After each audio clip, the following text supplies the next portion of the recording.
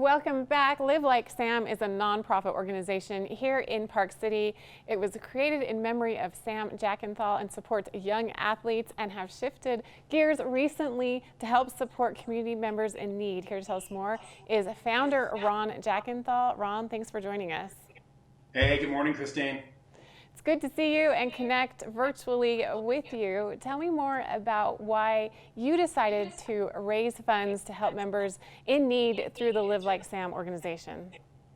Sure. You know, when we were watching what was happening in the community and really around the world, it just started getting us thinking about what we can do to make a difference, especially here locally. And I thought really strongly that the two organizations that seemed to be getting the most traction were the Christian Center and the Community Foundation, both with their relief funds. So between our family and the foundation, we decided to put up a $5,000, call it a bounty or a match, where if we could raise $5,000, we would match another $5,000. And we were successful in doing that. It took about a month, but I feel really great about it.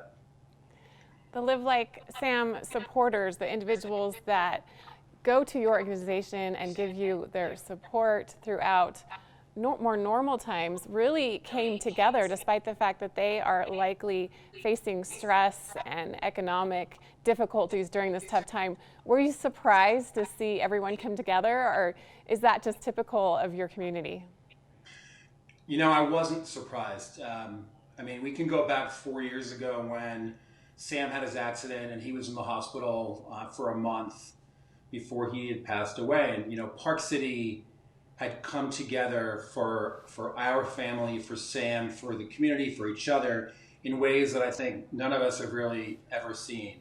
So it's not surprising that Park City came together and really rallied around this. I mean, the community itself's raised over $1 million over the last 6 weeks, which I think on a per capita basis, I'd be shocked if anybody else in the country has been able to accomplish that. So, you know, for us to raise $10,000, it was not surprising. We had about 100 different individuals or families contribute. One family in particular, the Noteworth family, David and Sherry locally, they really stepped up. They were our top donor for this campaign, and we're extremely grateful.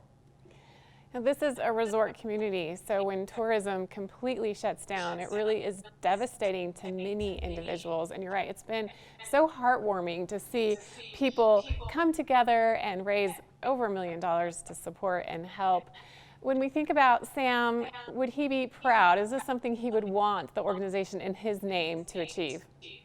Absolutely. So one of the things I try to think about Sam's sister Skylar, who I'm a little sad for her that she's home from Boston in her freshman year, but I'm really happy for me that I get to have her around until, you know, the end of the summer at this point.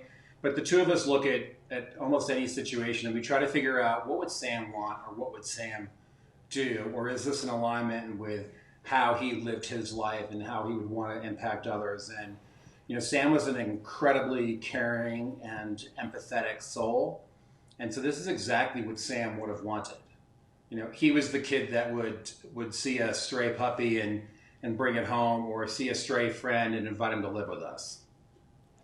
And can you tell me any more about some of the individuals that have donated to help people here in our community, or the flip side, anyone that you know that's been a beneficiary of this help during this tough time?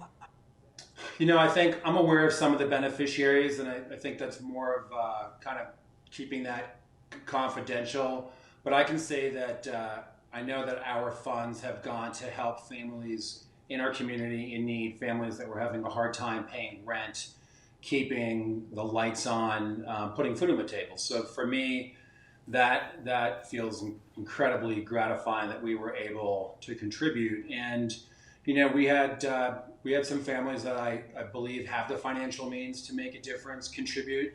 We also had some that I know for a fact really don't, but they went out and raised some money on their own, or, you know, kids contributed $11 or $20. So it was kind of across the gambit. But again, I think it was a community community involvement. We're fortunate enough to have several thousand followers who live like Sam, and almost the same on social media. So for us, putting out messages, getting feedback is something we do very well. And we've got over 40 partners in the community, and that's something else that also helps us kind of network well. We tend to do campaigns with other, my goal is to do campaigns where possible with other entities. So we're about to do one with the leadership, Park City, and their team is looking to do a kindness campaign.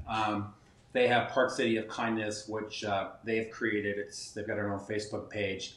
And we're about to do a set of scholarships over the next month, which are going to go out to the different school districts within the county, encouraging students to either demonstrate acts of kindness that they've done or ones that they've witnessed to themselves or others. So that's just kind of another example of the way we like to show up in Park City where we can.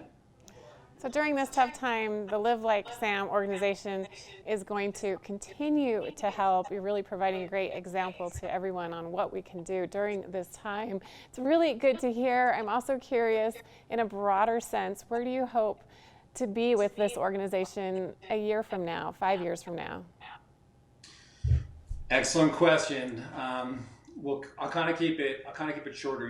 15 months ago, I decided to leave my corporate technology job to create livelikesam.org and see what could be done, to leverage Sam's legacy. But what had really been showing up for me is that, and as a parent who really takes parenting, with a lot of passion, there's not a lot of tools and resources out there for kids and our youth around character development, around kindness, positivity, gratitude, empathy, things like that. And so that's an area where we're working. We've been able to, in the first year, raise well north of $100,000. Matter of fact, we're a very young organization, but last year with Live PC, Give PC, which is, I think, over 140 nonprofits or funds competed, we were actually in the top 10. And we're a lean, mean fighting machine. So I'm very proud of what we've been able to do. My goal for this year is to see if we can double our donations and more than double our output.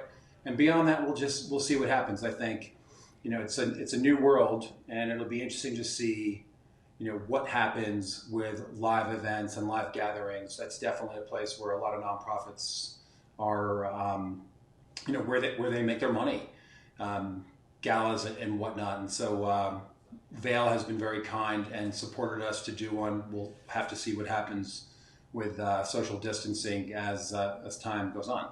Well, thank you so much, Ron Jackenthal, for joining us today. Live Like Sam is, again, a nonprofit organization, and they are helping individuals in need here in our community. So if you want to find out more, head to Live Like Sam online. We'll be back right after this.